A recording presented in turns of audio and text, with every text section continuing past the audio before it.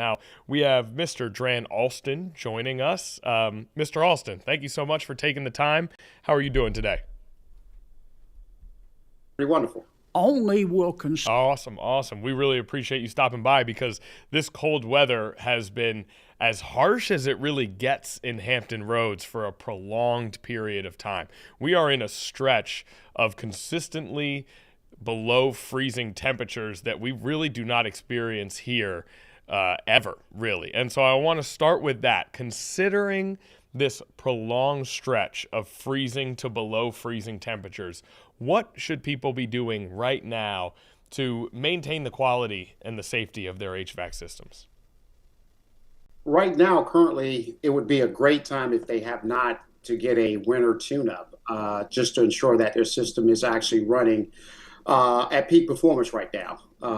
I've seen a lot of folks on social media in regards to having extremely high power bills, but with the current demand of trying to heat a home right now, energy efficiency is critically important right now. So making sure that system is prepared for the cold weather and working as good as it can work is critically important. If people said, I do want to get my HVAC checked out, maybe a new homeowner or someone who has just come into a situation where they've never done this maintenance before, what's the best resource for them to go out and get things checked out and get in touch with an expert? Well, they could always give us a call here at Trans Heat and AC, and we'll come out and perform a inspection or look at it as regards to doing a tune-up and just making sure that the system's running at peak performance. That's the easiest and most cost-effective thing to do before the cold weather actually hits. And we talk about cold weather. In what ways does cold weather kind of impact that peak performance and sort of have a negative effect on your system?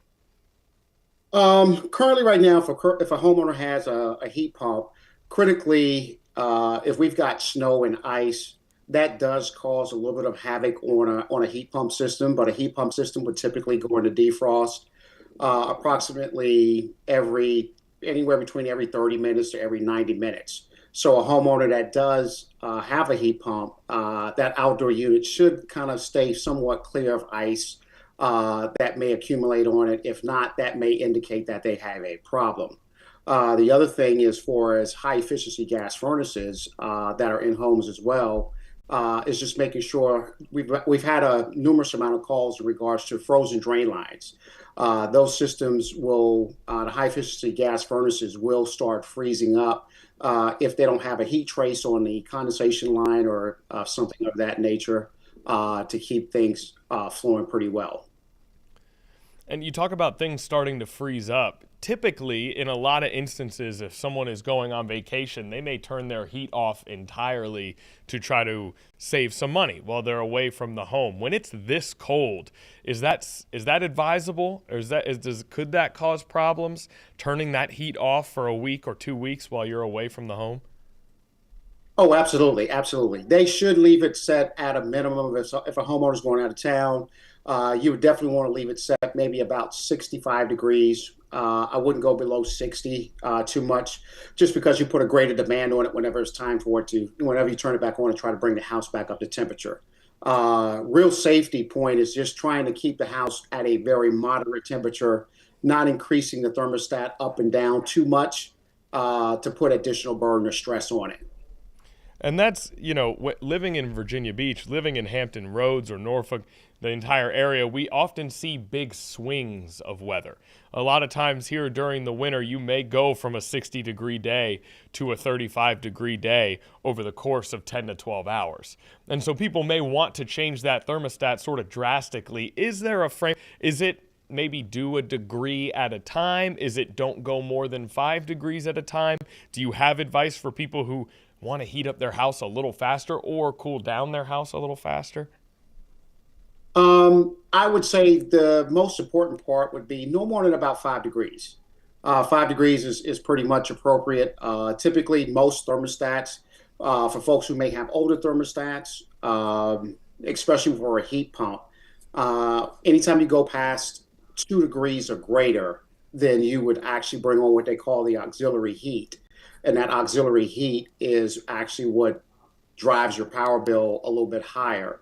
So that 5 degree mark would be about the most that you would really kind of want to do in the extreme temperatures, or just leave it at that moderate rate to where you're kind of comfortable. Okay, and then when it comes to, protecting your pipes, there is this thing that you'll maybe hear often where if you allow for a drip, it can actually be beneficial for your system. Is that something you've heard? Is that realistic, or is that more of a myth? No, if you live it, depending on the age of the home, really. I mean, I've seen new homes freeze as much as I've seen older homes. But a couple of real good tips would be if you're living on a crawl space and you've got floor vents or basically outside vents around the home, it would be recommended that you go ahead and close those so you don't have that cold air blowing under the house, which will then definitely freeze pipes. That is one thing. Also, checking the insulation in the attic. Insulation should be about 12, anywhere between 10 to 12 inches above your standard floor joists or your joists in the attic, so that insulation is actually helping keep the heat in and the cold out as well. But dripping your pipes, dripping your water lines are definitely critical for any exterior bathroom or kitchen that's on the exterior of the house. Definitely leaving that faucet running will definitely help it keep it from freezing. Okay, this is a number of different tips there to kind of safeguard the home. Now, we talk, the Super Bowl's in 4 days here. When we talk about this January, February, when we talk about that real coldest period of winter time, in your line of work, is that your Super Bowl, or does that each season just provide similar challenge, or like its own unique challenges, if you will? No worse, no better, but just different? Or is this time of year really when you guys lock in and it's most important and most critical to handle business? At the end of the day, in the bipolar weather that we have here in Virginia, this is definitely a Super Bowl for us. We typically do not see the great demand for heating as we do for summertime. So this has been a much different season for us. Typically, it is what we call a slower season, but it has been very, very fast paced over the last 3 weeks since the cold weather has gotten here and actually literally stayed for a good period of time, and don't look like we're coming out of it at least for another week or so. So it has definitely been different. Definitely different this year. So that's interesting. So over the last 3 weeks, you've really been able to feel it. How long have you been doing this work in Hampton Roads? I have been doing this work in Hampton Roads for the last 16, 17 years. 16, 17 years. And this year is unique as far as you can tell in terms of what we've been experiencing the last 3 weeks. Oh, absolutely. One who is a business owner that this is our industry.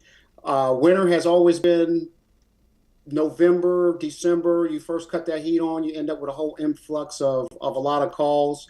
But now that we're putting demands on systems now, is the fact that the phone is definitely ringing and everybody's just like, can you get to me? Can you get to me?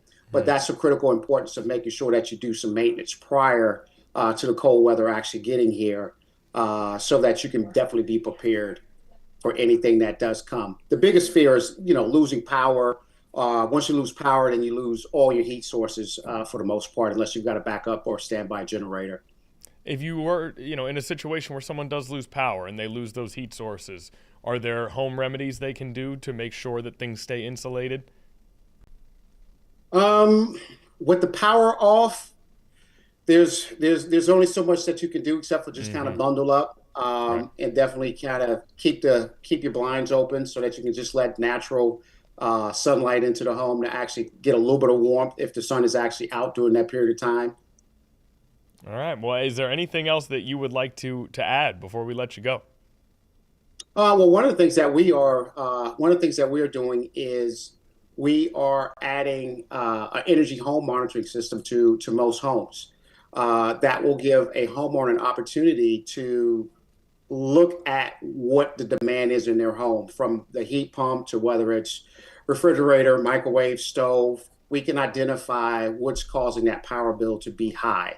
That is one of those greatest things that most homeowners are concerned about today, is what's causing my power bill to be extremely high.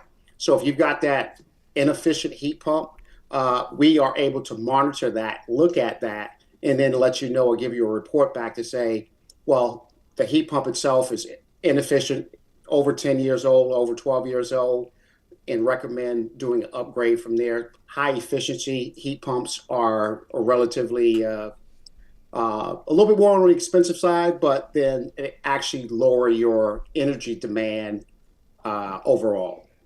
One of those things where you save a little bit of money in the long run if you can do the expenditure right now, get those preventative measures in there, get things fixed. Well, Dran, we really appreciate you in the midst of, as you said, a remarkably busy season, taking a few minutes to hang out with us here on 13 News Now. And if another storm does approach at some point, we hope it doesn't, but if it does, maybe we'll be able to get in touch with you again. But that was great. We really appreciate you taking a little bit of time to help tell everyone how to best upkeep and stay safe and stay warm here. Absolutely. I definitely appreciate the opportunity and looking forward to catching back up with you guys. All right. Thanks, Mr. Alston. Good luck with the rest of the cold season if we don't see you. Absolutely. You guys take care and be blessed. Thank you, sir. Now, that was Mr. Dran Alston giving us advice on all things HVAC, how to make sure things are working properly, how to take the steps to ensure that your HVAC is ready for the wintertime, and a few other things as well. So we really appreciate him taking some time. Now,